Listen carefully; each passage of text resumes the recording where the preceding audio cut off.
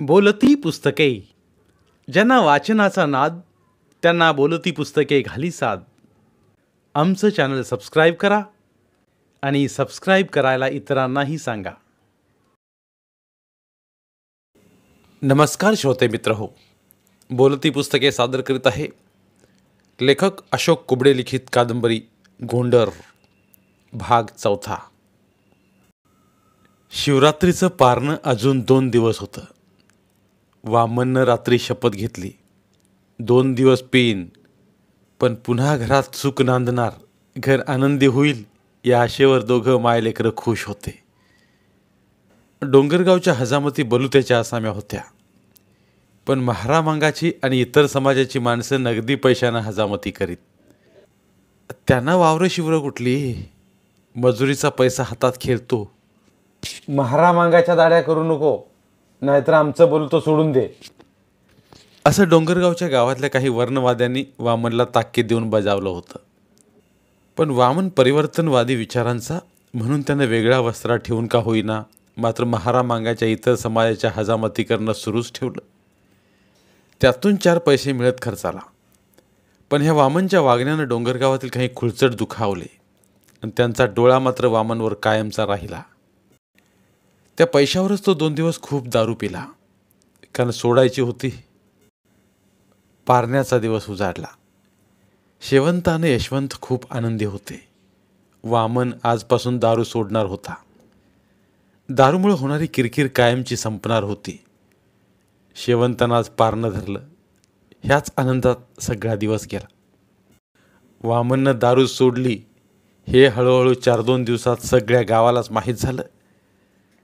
तसा तो बेवडा नव्हता, पण आजकाल जरा जास्तच झालं होतं. बा आता दारू पित नाही हे चिंगी कलीला तितकं कळत नव्हतं, पण आता घरात भांडण भानगडबी होत नाहीत म्हणून आनंद वाटत होता. बाप मायला मारत नाही, रात्रीची किरकिर आता बंद झाली. जेवण आनंदानं होत होतं, तशी झोपही आनंदानं लागत होती. अर्धी रात चालणारी भांडणं आता नाहीशी झाली. हा फरक आता लेकरांना पण जाणवत होता. घरातलं सगळं वातावरणच बदललं. जमा झालेले 4 पैसे तो शेवंताच्या हातावर ठेवू लागला. भावभावकीची तोंड बंद झाली होती. तसा तो हिशोबी माणूस, पण दारूमुळे बेहिशोबी झाला होता. पण आता नामा निराळा झाला. पारणं झालं. गावाला शिवाराला आता शिमग्याचे वेध लागले होते. ऊन जरा जास्तच कडक होत होतं. हिरवीगार पानं झडून जात होती. झाडं तेवढी उभी दिसत, पण पानगळती होऊन झाडांचं ओझं आणि सौंदर्य गळून गेलं होतं.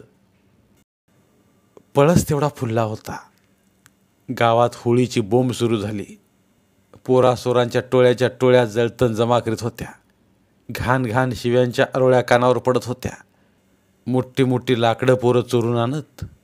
गहू, हरभरा, ज्वारी, कापूस अशा धनधान्यानं घर भरलेलं असताना तोंडावर मनगट हाणून बोंबालणारा सण किती चांगला किती वाईट काही कळायचं नाही.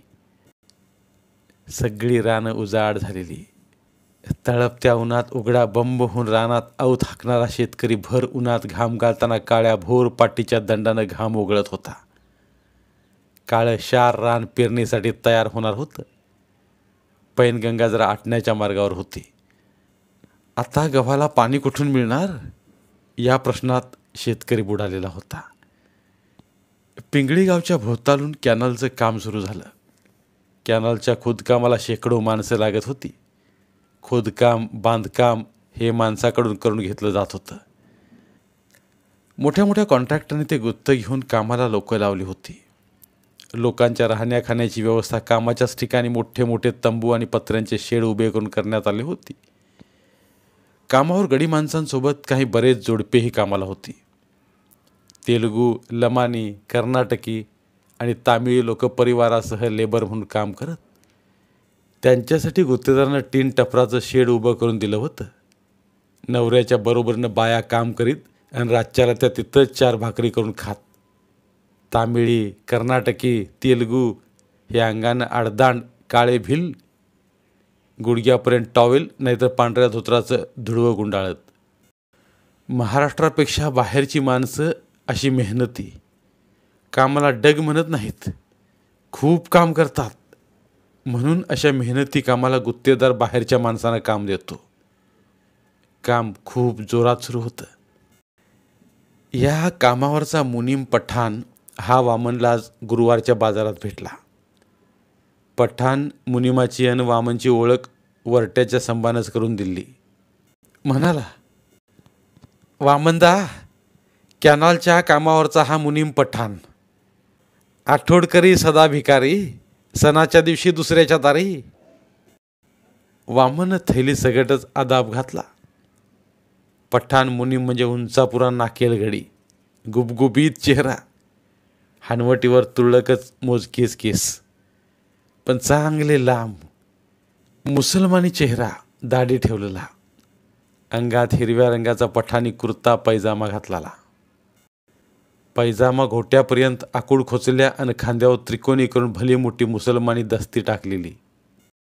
गळ्याला वेढा मारून पार गुडघ्यापस्तोर त्या दस्तीचे कोणे लोळत होते. असा त्याचा मुसलमानी पेहराव. मान हलवून आदाब करीत म्हणाला, वामन भाई, आमच्या कामावर येत जा.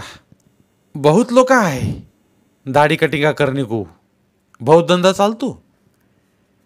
त्याचं बोलणं ऐकून जरा भीतभीतच वामन म्हणाला, संबादा 12% जमते, पर म्या डोंगरगाव. अरे वामन भाई, तुम्हारे दिल से कबाबी या की दुपारी बिपारी. गुरुवार बाजार पेमेंटचा दिवस, लेबरांचा हप्ता म्हणून वामन म्हणाला, गुरुवारी येतो नक्की 12%. अच्छा आओ आता वामनदा, संबादा, म्हणत पठाण मुनीम निघून गेला. पठाण गेल्यावर वामन म्हणाला, आठवडकरी सदा भिकारी, सणाच्या दिवशी दुसऱ्याच्या दारी चांगला आहे संबादा. नगदी पैसे येतात चटणी मिठाला. वामननं विचार केला आणि ठरल्याप्रमाणे दर गुरुवारी वामन डोंगरगावहून येता येता तांड्यावर जायचा. मस्त मोठं मैदान, गुरुवारी काय ठप्प राहायचं. माणसं काही राहिलेल्या कामात मग्न, तर काही आंघोळ करणारे, तर काही हातावर भाकरी घेऊन उभ्या उभी जेवताना दिसत. बाया चुलीजवळ भाकरी थापत बसल्या. जिकडं तिकडं माणसंच माणसं. तसंच ऊन तापू लागलं. वामन गेल्याबरोबर तिथं 2 मोटार गाड्या धूळ उडवत फडफड करीत आल्या. एका गाडीवर 2-2 असे 4 माणसं आली आणि टीनच्या शेडजवळ येऊन थांबली. बहुतेक ते साहेब लोक असावेत. 2 साधे तर 2 इनबिन करून होते. ते इंजिनियर आणि ते मोठे गुत्तेदार होते. अशी कुजबूज लेबर माणसात सुरू होती. पठाण मुनीम कुठं होता काय की, पण गाड्या घेऊन उभ्या राहिल्या की चटकन येऊन त्यानं सलाम केला आणि जवळ उभा राहिला. लगेच लेबर लोक त्याच्याजवळ जमायला सुरू झालं. पठाण मुनीमानं 4 खुर्च्या शेडमधून आणल्या. त्यावरती माणसं बसली. त्यांच्या भोवती लोक जमा होऊ लागले. मुनीम वामनकडे हात दाखवत म्हणाला, साहब, हजाम लाया मैंने, अपने लोगों के हजामत अब इधरच बनतील. वामन 2 हात पुढे आला. साहेबाला नमस्कार केला. साहेब मान हलवत हसले आणि अच्छा आहे म्हणाले. दप्तर काढलं आणि कामाला लागले. आज पेमेंट होतं. लोक खुश होते. एका एकानं त्यांना पैसे दिले जात होते. बायांचे पैसे बायांच्या हातावर ठेवले. गुत्तेदार मुनिमांचं बाया माणसांची वागणं असं तसंच होतं. सगळं वातावरण आनंदी होतं. आज 8 दिवसाच्या मेहनतीचं पैसे हातात पडलं होतं. साहेब पेमेंट करून आले तसे गाडीवर बसून धुळा उडवत निघून गेले. पठाण मुनिमानं साहेबांना वाटी लावलं की त्या तांड्यावर त्याचंच राज. मग तो आपला रुबाब कसायचा. लोक बी मुनी म्हणल्यावर जरा 2 हात दुरूनच राहत. साहेबाचा पिटू कितीही केलं तरी त्याला कोणी तेवढं खेटत नव्हतं. सगळ्या हजामती होई पस्तोर वामनजवळ खुर्चीवर बसून होता. वामन एका मोठ्या दगडावर पोतं अंतरून आपला हजामत करू लागला. आज काही पैसे नगदी आलं. काही जण मुनीम साहब के पास ले लो म्हणून बोट दाखवून गेले. कामावरला सगळा कारभार आपल्या हाती म्हणून मुनीम आपली चालवत होता. त्यानं कित्येक वेळ सिमेंटचे थैलेच्या थैले विकून दारू पिली आणि पाजली. तसा वामनला पण म्हणाला, वामनदा थैला न्या. वामन नको म्हणून गप्प बसला. पठाण मुनिमानं अशा किती जणांना थैल्या देऊन कामं केली. टेलरला थैली देऊन कपडे शिवून घेतले. दिवसभरातल्या सगळ्या गोष्टी वामन घरी येऊन शेवंतानं लेकरांना गमतीनं सांगत होता. संध्याकाळी गायी वासरं रानातून येण्याची वेळ झाली होती. गुरुवाचा बंड्या माळ्याच्या ओट्यावर पोरांना बाता हाणत होता. एवढ्यात त्याला चैनी दिसली. रस्त्याच्या कडनं ती झपझप पावलं टाकत रावसाहेब पांड्याच्या घरी भांडे घासायला निघाली होती. तिच्या रूपात आता कमालीचा वेगळेपणा जाणवत होता, कारण ती आता वयात आली होती. रंगानं काळी असली चैनी आता थोडी उजळ दिसत होती. तिचा काळा रंग तारुण्याची कात चढल्यानं चमकत होता. चांगल्या खात्यापित्या घरी काम करत असल्यानं तिच्या अंगावर कळा आली होती. अंगानं जरा जाड दिसत होती. छातीवर आता ओढणी ठरत नव्हती. चालताना वरचा भाग जास्तच हेलकावे घेत होता. तिच्या गडबडीत चालण्यानं तिच्या अंगाची होणारी हालचाल पुरुषाला घायाळ करणारी होती. बंड्यानं पाहिलं. चैनीला पाहून त्याच्या चेहऱ्यावर कळी खुलली. त्याच्या मनात वेगवेगळ्या पालव्या फुटल्या. तो सावध झाला. चैनी आता बोलायला सापडणार. आज सोबत तिची म्हातारी आजी नव्हती. म्हणून बंड्याने आपली जीभ ओटावर फिरवली. चैनी मांगवाड्यातून लगबईनं कामाच्या घरी निघाली होती. झपझप चालत ती बंड्या उभा असलेल्या ओट्यांच्या जवळून सरळ निघाली. कळत न कळत तिनं पाहिलंही असेल. बंड्या सावध झाला. इकडं तिकडं पाहत जागा सोडून तिच्या मागे निघाला. ती आपल्या तंद्रीत झपझप चालत होती. बंड्याला तिला धावणकरांच्या मुस्तफाच्या घराच्या सामटीत गाठलंच. ती थांबली. बंड्यानं आपल्या तोंडावर बोट ठेवून इशारा केला. तोच तिच्या जवळ आला. ती अतिशय घाबरली होती. सायंकाळची वेळ. गावात लोकांच्या हालचाली सुरू होत्या. बंड्या हळूच तिच्या जवळ आला. जिच्यासाठी रात्र रात्र जागली, जिचं स्वप्न पाहून तिच्या विचारात दिवस घालवले, ती आज आपल्यासमोर साक्षात उभी आहे. तो बेहद खुश होता. त्याला या प्रसंगावर विश्वास बसत नव्हता. तिला काय बोलावं हे पण त्याला सुचत नव्हतं. एवढ्या दिवसांपासून केलेला विचार, तिला सांगण्यासाठी तयार करून ठेवलेली ती वाक्य कशी आणि केव्हा सांगावं असं त्याला झालं. पिक्चरमध्ये पाहिलेले सीन त्याला आठवू लागले. ती मात्र स्तब्ध होती. तीही बंड्याचा बोल प्रेम त्याच्या हालचालीवरून जाणून होती. कातळ वेळ असल्यानं चांगलाच अंधार पडला होता. बंड्या तिच्या जवळ आला. तिचा हात धरून तिला पिक्चरमधल्यासारखी मिठीच मारावी. घट्ट मिठीत घेऊन तिच्या मानेचा आणि पाठीच्या कपाळाच्या पाप्या घ्यावात. हातात हात धरून हाताला ओठ लावावा अशा भन्नाट कल्पनेनं तो रमला. कुठून सुरुवात करायची या विचारात असतानाच ती मागं सरकल्याचा पावलांचा आवाज आला. त्यानं पाहिलं आणि सगळ्या कल्पना विश्वातून तो बाहेर आला. त्यानं तिचा ओढणीचा पदर हातात धरला. अंगात वीज संचारल्यासारखं झालं. ती हातानं सोडण्यात मग्न होती. बंड्या तिच्याकडे एकटक सारखं पाहत तिच्या सर्वांगाला न्याहाळत होता. बंड्याला हे सारं स्वप्नागत वाटत होतं. आजवर फक्त दुरून पाहिलेलं, कल्पनेत साठवलेलं रूप, रंग आणि तिचा एकंदर बांधा आज हात लावून पाहावा असं त्याच्या तरुण मनात आलंही असावं. तिच्याकडे पाहताच तिनं हातातून पदर काढून घेतला. तो पुन्हा बंड्यानं हात धरला. जणू लग्नात नवरा नवरीच्या खेळात सुपारी खेळतात तशी त्यांच्या झटापट सुरू होती.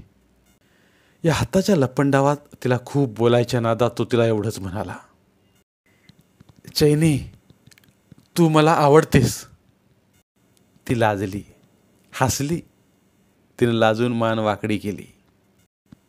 मला खूप सांगायचंय असं म्हणतात चैनीनं आपला हात त्याच्या हातातून काढून घेण्यात ती यशस्वी झाली.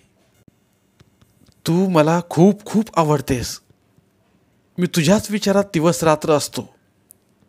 मी तुला एवढं प्रेम देईन की तुला कधीच मिळालं नसेल. माझा खूप जीव आहे. तू माझा आत्मा आहेस, प्राण आहेस.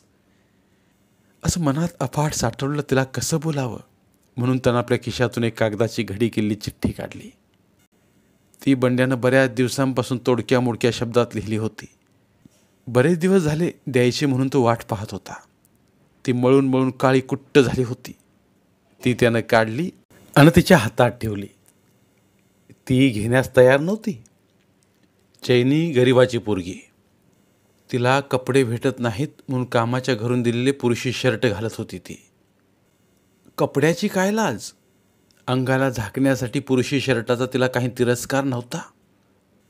वेळ पाहून त्यानं तिच्या अंगातील शर्टच्या खिशात मळकटलेली चिठ्ठी टाकली.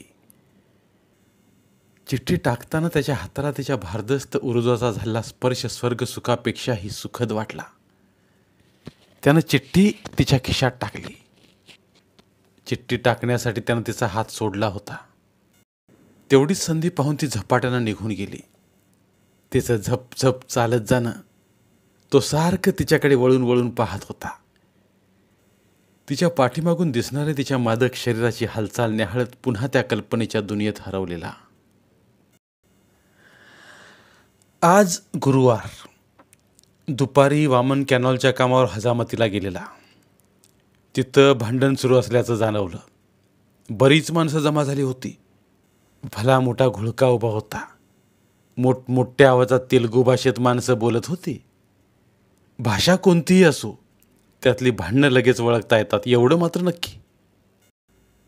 वामननं जवळ जाऊन त्याची विचारपूस केली तर त्याला समजलं की मंगल नावाच्या तेलंगी लेबरची बायको पोतन्ना ही दिसायला खूपच सुंदर होती. नवऱ्याच्या बरोबर राबत होती. रंग साधारण गोरा गोमटा, दिसायला उंच पुरी, नाका डोळ्यांत मीठ, कपाळावर गोल मोठी टिकली, काळे भोर केस, काळ्या शार केसांच्या विणीचा छुपका ती झटक्यानं छातीवर आणीत असे. ती मात्र तिची सवयच होती. झटक्यानं छातीवर आदळलेला छुपका तिच्या सौंदर्यात अधिकच भर घालत होता. तिचा रेखीव बांधा मेहनतीनं जरा अटीव होता. कुठल्याही पुरुषाच्या डोळ्यात सहजच भरेल अशी ती देखणी होती. तिच्या कोरीव बांध्याला तिच्या अंगातील तंग ब्लाऊजनं घट्ट आवळून धरलं होतं. त्यावर तिचा एकेरी पतला पदर पसरला तिच्या फुगलेल्या टुमदार उरुजांचं आकर्षण जास्तच वाढवत होता. आज सकाळी 11 वाजता ती तंबूत एकटीच बसली होती. पठाण मुनिमानं पाहिलं आणि तंबूत जाऊन उभा राहिला. तिच्या पदराआडून दिसणाऱ्या उरुजांनी त्याला खुणावलं होतं. त्यानं तिचा हात धरला. तिनं आरडाओरडा केली. ही बोंब तांड्यावर झाली. लेबरानी पठाण मुनिमाला चांगला हाणलाच. मारल्यानं तो तिथून पसार झाला. म्हणून एवढी माणसं जमली असं वामनला समजलं. पठाण मुनीम पसार झाला. तो तिथं नाही म्हणून तिथल्या कामाचा खोळंबा झाला. वामननंही तांड्यावर हजामतीला जाणं सोडलं. आपल्याला इथं कामावर आणणारा आपल्या ओळखीचा पठाण मुनीम इथं नाही म्हणून वामननं तिथं जाणं सोडलं. तो पुन्हा गेलाच नाही. तिथून वामन गावात आला. गुरुवार. आज बाजाराचा दिवस. बाजारात भाजीपाला घेतला. लेकरांना खाऊ घेऊन तो घराकडे निघाला. मागून संबानं आवाज दिला, ए वामनदा. फक्त संबा आणि त्याची चांडाळ चौकडीच वामनला वामनदा म्हणत. संबानं आवाज देऊन थांबवलं आणि म्हणाला, आटोडकरी सदा भिकारी, सणाच्या दिवशी दुसऱ्याच्या दारी. संबानं पठाण मुनीम आणि कॅनॉलच्या कामाविषयी विचारपूस केली. पठाणची आठवण केली. वामननं सगळी हकीकत सांगितली. वारकाला या गोष्टीत फार जवळून माहीत. गावात घडलेली घटना किंवा कुठल्याही लफड्याची कुजबूज आधी वारकाच्या कानावर येते म्हणून वारकाजवळ सगळी खबर मिळते. घडलेला प्रकार संबाला सांगितला. संबादा, पर मवा काही खुर्दा पठाणाकडे होता रे. कशाचा? अरे उदारी. संबा जरा लावूनच होता. म्हणाला, वामनदा, पठाण मुनीम तसा नाही रे. त्या बाईनंच काहीतरी नाटक केलं असावं. त्याच्याकडे नेहमी बंडलच्या बंडल असतात, त्यालाच बाई भुलली असावी. नाही रे संबादा, मुनीम बी रंडी बाजच. सगळ्यांचीच तीच बोंब असते. मागही एका कामावर गुत्तेदार इंजिनियर मुनिमानं एका बाईला कामावर स्वयंपाकाला ठेवलं आणि मग नाही नाही त्या गोष्टी पुढे चवीनं ऐकायला मिळाल्या. असं वामन म्हणतात संभा म्हणाला. मायची त्या मुनिमाच्या आठवडकरी सदा भिकारी, सणाच्या दिवशी दुसऱ्याच्या दारी. अशा शिव्या हसडीत संभानं पठांचा विषय संपून वामनला कामाबद्दल विचारलं. बरं आपलं कसं काय? नाही संभादा, मी त्या कॅनलच्या कामावर जाणार नाही आता. जीव उतरून गेला. मायची त्या पठाणाच्या आणि त्या कामाच्या. आठवडकरी सदा भिकारी, सणाच्या दिवशी दुसऱ्याच्या दारी. असं पुन्हा उच्चार करीत संभानं वामनला खुणावलं. चल र वामनदा. वामननं टाळाटाळ केली. नाही संभादा, माझी काही नाराजी नाही. मी बाजार घेतला, लेकरा बाळा जातो बघ आता. भाजीपाला जवळ आहे. अरे चल म्हणलं ना, मी हाव ना. अरे संभा, मी हा दारू सोडली. सगळं घर चांगलं चाललंय. घरात वातावरण चांगलं आहे. बायको लेकरं खुश आहेत. आता नको बुवा, मी घेत नाही दारू. हो नाही म्हणत त्यांच्या बाता सुरूच होत्या. झापड पडत होती. वामनच्या दारू सोडण्यानं घर गोकुळासारखं नंदनवन झालं होतं. लेकरा बाळात वामन आनंदानं 4 घास खात होता. 4 हिताच्या गोष्टी घरात होऊ लागल्या. कपाळाला हात जोडून शेवंता घडीघडीला, देवा उपकार झाले रे बाप्पा, असं म्हणू लागली. सगळा संसार बिमारीतून उठलेल्या माणसासारखा सावरला होता. शेवंता नेमकीच रानातून आली. डोसक्यावरलं टोपलं आपटून हातपाय धुतलं. चहाचं आधान ठेवलं. बाला नाही का ग कले, असं विचारलं. नाही माय, येईल ना. कुठं बसला असेल बाताहानीत, म्हणत यशवंता मायजवळ येऊन दोघांनी चहा घेतला. शेवंता भाकरीला बसण्याची तयारी करू लागली. वामनला का उशीर झाला हा विचार ती करीत होती. वामनला उशीर झाला म्हणून शेवंताला करमलं नाही. तिच्या मनात काळजी वाटू लागली. वेगवेगळ्या एक एक गोष्टी धावून आल्या आणि अगदी तसंच झालं. वामन घरी आला. त्याला पाहून शेवंताच्या पोटात सळकण झालं. भिंतीच्या आधारानं उभा राहिला वामन अंगणात आल्यावर धाडकन लांब पडला. हातातली माळव्याची थैली आडवी झाली आणि सगळ्या अंगणानं टमाटे, वांगे, पालक आणि चिवड्याचा पुडा. सगळा बाजार पसरला गेला. चिंगीनं चिवड्याचा पुडा लचकन उचलला. यशवंत शेवंता वामनजवळ आले तर दारूचा भपका. आज 15 दिवस दारू सोडून झालं. मायच्या डोसक्यावर हात ठेवून बा आज दारू पिला. आपलं आणि कुटुंबाचं काही खरं नाही. 4 दिवस मनात न मावणारा आनंद एका क्षणात विरघळून गेला. आपली जिंदगी ही अशीच जाणार. बापाची दारू सुटणार नाही हे आपल्या जिंदगीलाच लागलं. हा सगळा जीवन पसारा यशवंताच्या बालमनाला पार पार भेदून छेदून गेला. चिंगी कली चिवडा काढून खात बसल्या. माय तोंडाला पदर लावून भिंतीला टेकून बसली. वादळात घरटं मोडून पडावं तसं झालं. घरात माणूस मेल्याचं दुःख वामनला अशा अवस्थेत सगळ्यांना पाहून झालं. 4 दिवस सुखात गेले. दिवसभर केलेल्या कामाचा कधी शीनभाग आला नाही. कुण्या दुश्मनानं पाजिवली आणि सुखी संसारात विष कालवलं. शेवंता शिव्या सराप देऊ लागली. त्याचं मुख मातीत जाईल, त्याला पुढचा पाडवा येणार नाही, असा शिव्या सराप शेवंता पोट तिडकीनं देत होती. त्याच्या बी संसाराची राख रांगोळी होईल, ज्यानं माझ्या संसारात शेण कालवलं. अंधार झाला होता.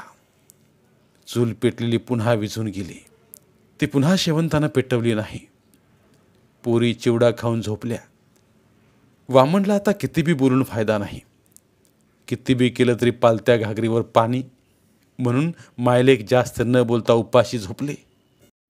कुत्र्याची शेपटी वाकडी ती वाकडीच. घरात किरकिर नको म्हणून मायलेक वामनच्या नादी लागले नाहीत. त्याच्याकडे कानाडोळा केला. ह्याच विचारात रात्र गेली. धन्यवाद. उर्वरित कादंबरी पुढील भागात. मराठीतील प्रतिभावंत लेखकांचं साहित्य, कथा, कादंबऱ्या ऐकण्यासाठी आमचं बोलती पुस्तके हे चॅनल सबस्क्राईब करा आणि मराठी साहित्याचा प्रसार करण्यासाठी प्रत्येक मराठी माणसाला सबस्क्राईब करण्यासाठी आवाहन करा आणि बोलती पुस्तके या साहित्य चळवळीत सहभागी व्हा. आपले पुन्हा एकदा धन्यवाद.